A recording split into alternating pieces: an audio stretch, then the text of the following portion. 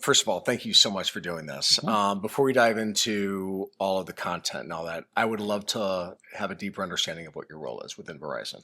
Yeah, sure. I mean, at Verizon, I run customer demand generation campaigns and acquisition campaigns for our Fios product, Okay. which is our broadband internet and our Fios TV.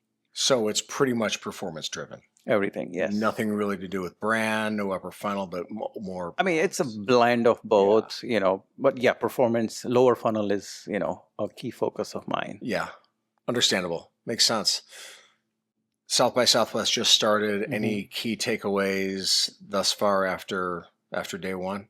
I think, for the first time, I think, we are kind of moving beyond the AI hype cycle, Yeah. right? We are able to see some real application in the marketing side, Yep. whether it's, on the, synthetic data side, whether we are seeing some, dynamic content created by generative AI, which actually brands are comfortable putting in front of a public, which is the audience. Mm-hmm. So I think that's a big shift what we have seen in last 18 months. Yeah. Brands getting more comfortable and getting more relaxed and having some of the content, the messaging, targeting, segmentation, give it to AI and let AI run with it. So would you say that's how you see AI shaping the future of marketing? Not just AI. I mean, so AI on and alone will do nothing. So AI has to be backed by data Mm-hmm. plus human. Then only miracles will happen. Okay. Right. So it's Right. AI plus HI, which is human intelligence, plus data. That'll amplify the marketing effectiveness. Yeah. And that's what we all want as a marketers. Absolutely. So agentic AI is a buzzword for 2025. What do you think? Oh, absolutely. I think before even agentic AI, we need to look at workflows because unless you are automating these workflows, the agents won't be able to do anything. So what I strongly believe is that year 2025 would be the workflow and 2026 would be more agentic AI where you will actually see, agents taking over because we have given so much power to these autonomous agents. They Right. can actually do stuff on your behalf and they are armed with all sorts of, technology and capabilities. Oh boy, I mean, they can really, do things for you, whether it's, running SEO, SEM in the back end, Mm-hmm. creating blog post copies, and then connecting them with performance data, which actually closes the loop. So that's how this powerful agentic AI is, and I think it's really going to augment marketing as a function. Yeah. So what do you think the major challenges for AI adoption? It's humans. Humans are the biggest challenge. I mean, if you look at all the technology innovations we had, from cloud computing, Mhm. then digital transformation, then mobile came, right? The biggest challenge was the adoption, right? And who was the biggest challenge to the adoption in the companies was the corporate culture.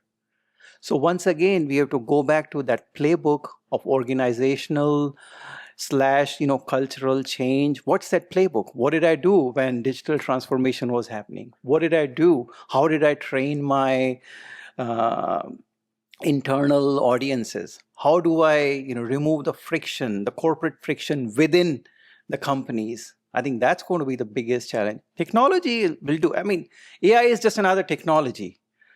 The challenge is how leadership is going to adopt it, execute it, and put it amongst more common users.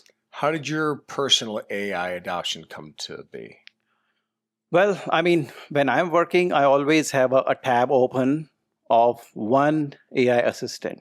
It could be, Llama, it could be ChatGPT, it could be Gemini. So I always say AI, make one of them as your co-pilot, not the Microsoft co-pilot, but your co-pilot. You're always tossing the ideas, you're exchanging whatever comes to your mind. Put that in a black box. Essentially, it's a box you're chatting to, and it's giving you information back and forth.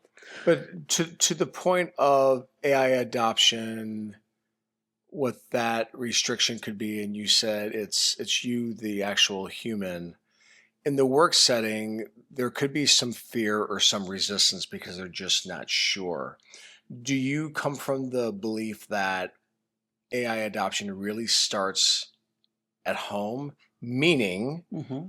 like when I first got into AI, it was ChatGPT. It's like, you know what is this? And I started messing around with it. Now, like you, Mm-hmm. I have a tab open for ChatGPT open all the time. All the time. Not to think for me, Yep. but I tend to be overly verbose in my emails. Mm-hmm. Yeah. And it helps me become very concise and make me sound a lot smarter than I actually am. Absolutely. Put every single email into a, hey, summarize this or expand on this. I mean, you Yes. get a beautiful answer you would have never imagined. Yes, absolutely. I like to move on to some brand building questions, if that's all right with you. So we know brand growth comes from a good mix of channels. How does this apply when building brands? You're talking about channels, right? I mean, when I say channel, for me, customer is a channel. For every brand, customer is your channel. Forget about, retail, TV, outdoor, mobile. I mean, we created them. But ultimately, what goal we are trying to do is to have that meaningful relationship with our customer so that wherever they are, we are able to serve and be meaningful and relevant to that customer when they need it the most. So whether it's an email or a push notification, whatever it is, it should not be interruptive to anything they are doing. It should be the moment in time. As marketers, we are in the job of creating those branded moments of experience where we delight and dazzle our customers, right? And they in turn feel, wow, this brand really knows me. This brand really gets to understand me and cares for me. I think AI will take this to a next level. Because of AI, now we have the ability to create hundreds and thousands of variations of content. So talk about effective content marketing. I think AI would help us take it to the next level, which earlier was not possible because the entire, the content workflow, the process of content creation was so manual. There were so much manual workflows and we just could not create enough content at scale. But now with this AI, boy, I mean, you tell me, we have the ability to create those one-to-one, personal touch points, and then we can really serve our customers in the moment when they need us the most and be relevant to them. Yeah, that makes a ton of sense. So moving on to leadership, do you apply any leadership principles from your professional life to your personal life? I would say be humble always. That's the one leadership lesson which I have learned from the professional side, and I always bring it back home. Is that always be, whether it's your kids and even somebody who's working in your backyard. Yeah. It applies everywhere. Yeah. Humility will take you a long way, that is for sure. Yeah. What advice would you give to an up-and-coming marketing leader, whether that's a big brand or a startup who wants to make the impossible possible? Oh boy, that's a loaded question. It is a loaded question. I would say be fearless. Don't hesitate to try new things, And if you're a small brand, I would say, be scrappy. Be mindful of the resources and try to, optimize every single dollar you are spending as if it's your own money. So whatever you are running, think it's your own money and try to maximize. In marketing, we always talk about ROAS. Yes. So apply the same principle. That's the one which I would, recommend every marketer to focus on. Absolutely. And finally, if there's one leadership lesson you'd want everyone in this audience to walk away with, what would that be?